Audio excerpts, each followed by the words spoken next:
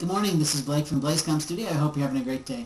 Today I thought we'd talk about qualifying prospects and some of the questions that one should avoid during that process.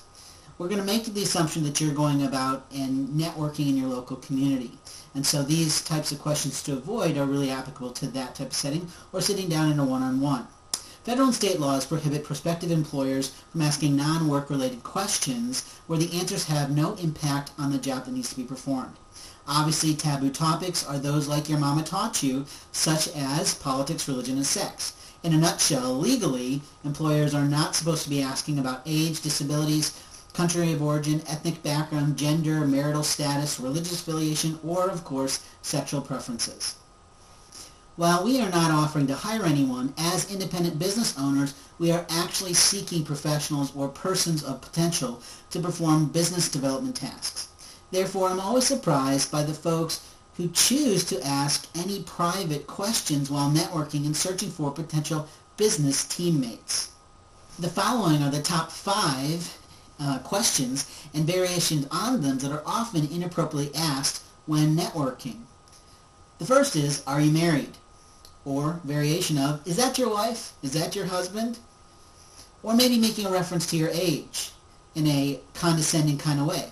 How are you, young man? How are you, young lady? Or calling someone hun. How old are you? A direct question. When is your birthday? Even more direct. And in what year did you graduate is often a real sly way to get at someone's age. Another question invading personal boundaries is, do you have a boyfriend, girlfriend? Do you have a permanent partner? Whom do you live with? Or, how many children do you have? Do you have children? What country are you from? What is your native language? Obviously, the reason we want to avoid these particular questions is not only be on somewhat of a modest legal grounds, but in the reality is the fact that those questions invade someone's personal boundaries. People are not going out to networking events to make friends. At least they shouldn't be. They're going out because they're wanting to develop business or create profitable business partnerships that help them to obviously care for their lives. So by asking those type of questions, put a person in a potentially vulnerable position. The reality is that in today's world, we never know what type of personal challenges a person is dealing with. When you ask those questions, you don't know whether they've just gone through a really difficult separation or divorce, or whether or not they're very sensitive to the fact that they aren't yet married, or any of those types of things. You don't know.